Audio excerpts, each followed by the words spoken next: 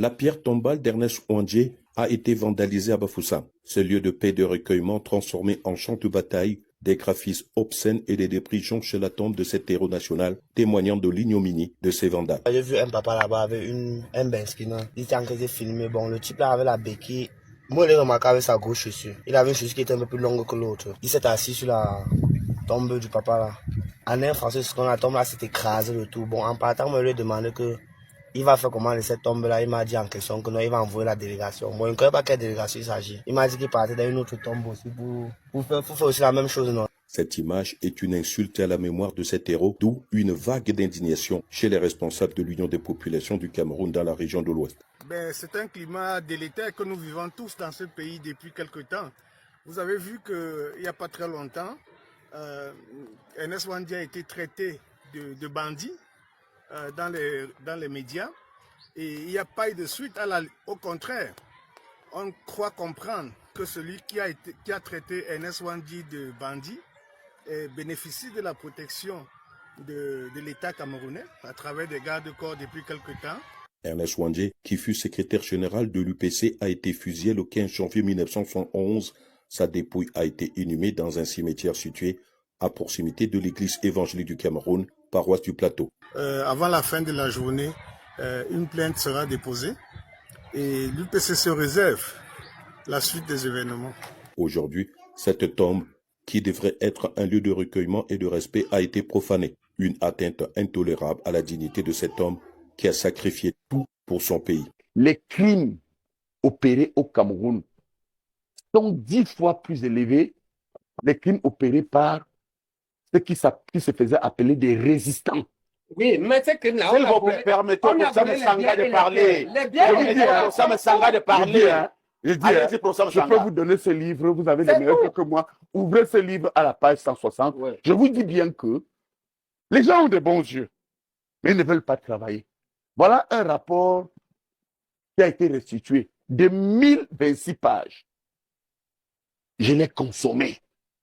Et vous verrez que les crimes perpétrés, je vous dis bien, sous le contrôle de l'historien et des archives, à la fois nos archives en interne, mes archives de travaux, les crimes perpétrés par les résistants après l'indépendance du Cameroun sont 10 fois plus élevés que les crimes perpétrés par l'armée coloniale. Vous n'exagérez pas. Ce sont les travaux. Je peux vous donner ce livre. Mais tu fais confiance à ça. Non, je fais confiance aussi à mes travaux. Voilà. J'ai écrit Paul Biya. Mais tu dis que c'est nous qui avons fait les crimes. Oui, non, permettez-moi scientifiquement. Je ne me trompe pas, je vais dire, hein. C'est que je vais dire. Donnez-moi. Pourquoi on a volé? Donnez-moi la page. Pourquoi on a volé où? Les terres sont l'argent là est où? Non, permets-moi. Ça va chuter. Permets-moi. Non, c'est ça les arguments. C'est-à-dire que. C'est ça les arguments. Multiplie des politiques qui veulent utiliser les tribus pour faire des choses de part et d'autre, mais il y a que on ne peut pas c'est mon avis que vous avez demandé, oui, ne pas considérer que le pouvoir de 82, M. Biya-Paul et son système, ils ont fait du tribalisme, ça c'est mon avis, quelque chose, un élément de leur gouvernance. Vous avez quelques éléments concrets? Ah oui, mais écoutez, vous voulez qu'on ait quel genre de regard? Le pouvoir aujourd'hui, le pouvoir c'est d'abord la prise de décision. Ouais. C'est-à-dire qui impacte la société de manière directe. Cette prise de décision-là, aujourd'hui, c'est fait par qui? M. Biya Ngongo est décédé. C'est clair. Maintenant, la protection, laissez-moi finir, la protection du pouvoir de Yaoundé est faite par les corps de sécurité et de défense. N'est-ce pas?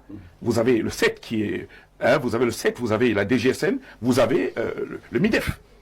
C'est les aires géographiques, la protection du pouvoir. La protection juridique du pouvoir. C'est-à-dire le Conseil constitutionnel, c'est des personnes qui appartiennent à la même aire géographique. Maintenant, vous avez la caisse de l'État. La caisse de l'État.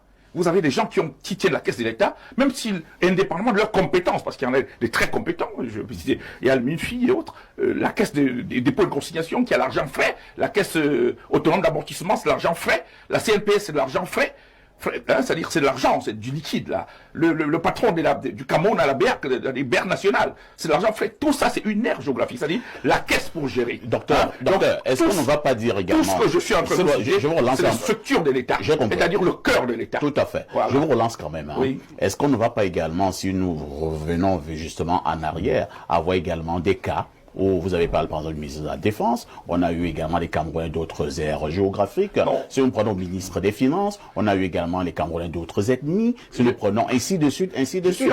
Je ne refuse pas. Est-ce qu'on ne peut pas dire que ce qu'on appelle l'ordre de 82 n'a pas fait de rotation? Non, l'histoire, c'est-à-dire l'histoire de l'arithmétique là, ça m'intéresse pas beaucoup. Je parle du pouvoir, de la gestion de pouvoir, que le pouvoir. Hein, donc on peut faire 50 ministres et donner au Sawadi ministre, même 15, même 30. Mais je vous donne là les éléments du cœur du pouvoir. Et pour vous dire qui tient le cœur du pouvoir. Et quand moi, de côté, je regarde ce cœur de pouvoir, malheureusement, c'est un... Donc, que vous mettez 10 ministres qui appartiennent au Bassa, ou 50 ministres au Douala, ou au Nordiste, ici, c'est pas ça qui m'intéresse. Je vous donne les éléments fondamentaux. Qui a la caisse de l'État aujourd'hui? Qui a la signature de l'État? Qui a la protection de l'État? Qui a la représentation auprès des structures qui comptent, c'est-à-dire en France et aux États-Unis, c'est-à-dire ceux qui peuvent impacter, qui est ambassadeur. C'est-à-dire que ça, c'est le cœur de l'État. Qui peut protéger le pouvoir de l'État aujourd'hui, c'est-à-dire le Conseil constitutionnel. C'est des éléments fondamentaux. Quand vous avez ce genre de regard, ça peut amener d'autres à considérer qu'il y a un groupe ethnique qui tient le pouvoir, veut le protéger, le garder par tous les moyens. Monsieur Biya-Paul aurait fait quelque chose de plus essentiel en restant dans ce qu'il y avait peut-être il y a 15-20 ans. Mais plus on avance, plus on a comme l'impression que l'étau se resserre vers un groupe particulier qui veut absolument garder le pouvoir. Jusqu'à une date récente. Par exemple, ces mêmes éléments ne pouvaient pas se voir de la même manière. Mais aujourd'hui, ça se voit. Ça se voit de cette manière-là. C'est compris. On ne peut pas empêcher aux Camerounais de regarder ça comme ça. Il faut seulement interpeller M. Biya, qu'il essaie de corriger pour donner l'impression. Je vous rappelle, je suis par là, qu'il y a une posture négationniste de certains faits réels que lorsqu'on les regarde avec froideur à un moment donné, on peut aider ce pays. L'une des dernières discussions, pas des dernières, l'une des discussions que j'ai eues avec le Premier ministre actuel, à son cabinet, c'était justement ça portait justement sur sur le négationnisme. J'ai discuté avec lui et ça s'est tourné presque la fin de l'audience. Monsieur Fabien Cotte et tout ça qui était là peut vous dire, la fin de l'audience avec le Premier ministre n'a pas fonctionné bien. Parce que moi, je rappelais que, on était en 2019. C'était l'une des audiences qui se passait un peu mal avec lui. Mais je lui dis la vérité. Qu'aujourd'hui, un tribalisme qui monte, il faut que vous adressiez cette question d'une manière ou d'une autre. Il faut adresser. Et puis, lui m'a dit, et vous pensez qu'il y a un tribalisme ici au Cameroun, maintenant là, c'est dans ce bureau que vous avez me parler, comme ça là, vraiment, je te croyais. C'était ça la posture de mon Premier ministre, qui est un ami que je répète, je ne l'ai pas connu quand il était Premier ministre. Et cela n'a pas tourné, mais heureusement que le pouvoir, ils ont finalement compris, et en 2019, on a sorti cette loi que personne n'est en train d'appeler. C'est un an avant cette loi. Sur le tribalisme qu'on a eu. Donc il faut qu'à un moment donné, qu'en lieu et place des postures négationnistes, qu'on sache regarder la vérité en face et on adresse la question de fond pour que la société puisse avancer. Merci, docteur Hilaire Kamanga. Je crois que je suis clair là-dessus. Et je crois que le gouvernement doit saisir ce qu'on appelle les de stabilité du pays. Qui peut faire quoi? Qu'est-ce qui pose problème? Mais regardez au moment où on parle, Martinez, depuis 2 ans, son corps est toujours dans la glace. Vous voyez, vous venez vous asseoir dans les plateaux, nous tous, mais nous faisons comme si de rien n'était. Pourtant, il y a des gens en prison, il y a des gens qui attendent, et l'élection présidentielle, c'est dans 90 jours. Arrêtons les hypocrisies. Je crois qu'aujourd'hui, de part et d'autre, il faut faire des concessions et tout terminer. Lorsque M. Kampe dit qu'il va se présenter, faites attention. Prenez l'article 121 du Code électoral. Code électoral. Le Code électoral est une loi. Moi, je finis toujours par des illustrations scientifiques. Mais ce code, chers collègues, vous qui êtes économistes, mais donne la possibilité à Kampe de se présenter. Pourquoi certains au gouvernement veulent donner l'impression que parce qu'il n'a pas d'élu, il ne peut pas se présenter. C'est la loi. Écoute, non! La loi dit ceci. Ouvrez vos carnets et le code électoral. Ceux qui nous écoutent, prenez le code électoral ou tapez-le à Google, chers collègues, parce que vous voyagez souvent, vous vous déplacez souvent avec vos téléphones. Tapez l'article 121 du code électoral. Il y a 2 possibilités. 1, la première possibilité qui nous confère, conformément à l'article 3, je cite, de la Constitution. Vous avez des meilleurs yeux que moi, mais ouvrez vos ordinateurs.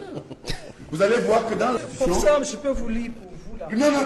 Non, permettez-moi d'abord... Soit investi par les candidats peuvent être investis soit par un parti politique, soit indépendant à condition d'être... 300 signatures. S'il vous plaît, à condition d'être présenté comme candidat à l'élection président de la République, au moins 300 signatures de 300 personnalités originaires de toutes les régions à raison de 30 par région et possédant la qualité soit de membres du Parlement ou d'une chambre consulaire, soit du conseil régional ou du conseil municipal, soit des chefs traditionnels. Bravo, les candidats investis par un parti politique non représenté à l'Assemblée nationale ou au Sénat dans une région ou dans un conseil doivent également remplir les conditions prévues à l'alinéa 1-2 ci-dessus applicable. C'est pour cette raison que nous disons l'alinéa 1. Indépendant, il faut 300 signatures. C'est pour ça raison que... Oui, alors donc, vous voyez et 300 signatures, c'est pas 300 signatures de n'importe quoi. Permettez-moi. Des personnalités bien spécifiques. Bon, alors, mais textuellement, c'est pour cette raison que n'oubliez pas que ces chefs sont je demandais que... Je sais que j'apprends les populaires. S'il était si populaire, pourquoi penserait-il qu'on doit forcément passer par la violence? Il demanderait tranquillement les 30 signatures par région. Mais textuellement, il n'est pas disqualifié. Oui, c'est-à-dire, madame, qui a parlé de disqualification?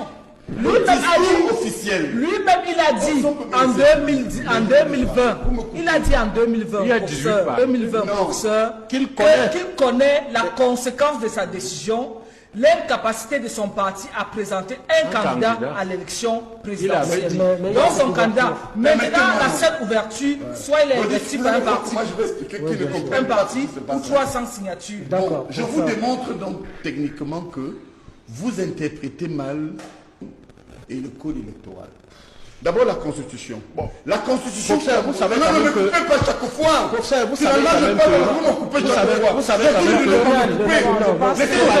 que ça a été gentil. Écoutez ce que je vous dis ici avec autorité. Vous n'êtes pas en train de nous. C'est pas un coup. Je ne m'adresse pas à vous. Oui, mais vous parlez avec autorité comment? Je m'en fous. Non, allez ça. Autorité académique. J'ai dit autorité académique. Ça ne dépend pas de vous deux. Je parle. Allez-y pour ça. Écoutez-moi bien, une mauvaise interprétation qu'on a d'abord de la Constitution et du code électoral. La Constitution camerounaise, dans son article 3, les partis concourent à l'expression du suffrage. On a deux types de constitutions en droit. Les constitutions souples et les constitutions rigides. La nôtre est souple.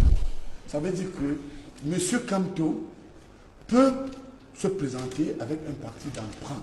Oui, bien sûr. Est-ce que l'émission c'est sur Kamto? On parle de la violence. Mais parlez de la violence, laissez-nous. Mais ça a rien. Mais vous ne comprenez pas. Oui, mais vous nous laissez. Moi je dis, c'est la question du journaliste. Qu'est-ce qui pose problème? C'est la violence. Et violence. vous pouvez croire que Kamto ne peut pas se présenter? Mais on parle de la violence, vous parlez de personne. On dit le MRC ne peut pas se présenter. Du point de vue constitutionnel, je viens de vous démontrer que constitutionnellement, ce sont les partis politiques qui présentent les candidats aux élections. Dernier point, et j'ai terminé. Lorsque vous lisez le code électoral, dans son article 121, qui vous dit que M. Kamto n'a pas encore ses 300 signatures. Alors moi je crois qu'il y a de la provocation. De quoi parler? Lorsque officiellement les gens viennent dire que oui, on lui a donné la possibilité d'aller aux élections, il allait et il ne peut pas se présenter, maintenant il se place. Faites attention. D'accord. Continuons à attendre que ce moment nous. On parle de MRC, pas de Kamto. Dernier tour de parole. Le gouvernement du Cameroun est en train de pourrir complètement ce pays. C'est pour cette raison que je vous dis que nous sommes en train de nous retrouver dans les situations des années où on était colonisé. Parce que la démocratie est une chose formidable, qui donne la possibilité aux gens de parler, qui donne la possibilité de la concurrence. Mais ceux qui nous gouvernent n'ont pas encore fait la mue. Ils ne veulent pas le comprendre parce que la conservation du pouvoir pour eux, c'est à tous les prix. C'est pour cette raison que vous voyez tous ces débordements. C'est du construit. Le Cameroun est un pays qui va entrer dans l'histoire. De quelle manière? Ben, il y a une façon d'entrer positivement ou négativement. Non, ça ne peut pas être positif. Parce qu'on ne peut pas souffrir autant. On ne peut pas malmener les lois autant. On ne peut pas mettre des gens dans des situations difficiles autant au Cameroun. Et puis, à les élections, nous disent que ce même régime a gagné avec 71%. Vous connaissez 2 pays qui font ça et qui disent qu'ils sont démocratiques dans le monde. Nous avons parcouru le monde. Nous avons parcouru les pays d'Afrique. Ce qui se passe au Cameroun actuellement est exceptionnel. C'est pour cette raison qu'on dit, faisons la paix. Parce que là où nous entraînons les enfants et nos petits-enfants, moi je ne sais pas si on s'en sortira un jour. Dans tous nos pays, il y a la corruption. En Afrique francophone, le Cameroun, c'est, je pense, en termes, si ça devait être la Ligue des champions de la corruption, le Cameroun ferait partie, peut-être serait le Real Madrid ou le Barça. Et Paul Biya serait Lionel Messi. Et pourtant, je le dis, je le répète, l'un des pays potentiellement le plus révolutionnaire, c'est le Cameroun. Je n'ai jamais vu une jeunesse aussi déterminée que la jeunesse camerounaise sur bien des points. Il faut qu'on se pose des questions sur ces règles. Le gouvernement du Cameroun est en train de pourrir complètement ce pays. C'est pour cette raison que je vous dis que nous sommes en train de nous retrouver dans les situations des années où on était colonisé. Parce que la démocratie est une chose formidable, qui donne la possibilité aux gens de parler, qui donne la possibilité de la concurrence. Mais ceux qui nous gouvernent n'ont pas encore fait la mue. Ils ne veulent pas le comprendre parce que la conservation du pouvoir pour eux, c'est à tous les prix. C'est pour cette raison que vous voyez tous ces débordements. C'est du construit. Le Cameroun est un pays qui va entrer dans l'histoire. De quelle manière? Ben, il y a une façon d'entrer positivement ou négativement. Non, ça ne peut pas être positif. Parce qu'on ne peut pas souffrir autant. On ne peut pas malmener les lois autant.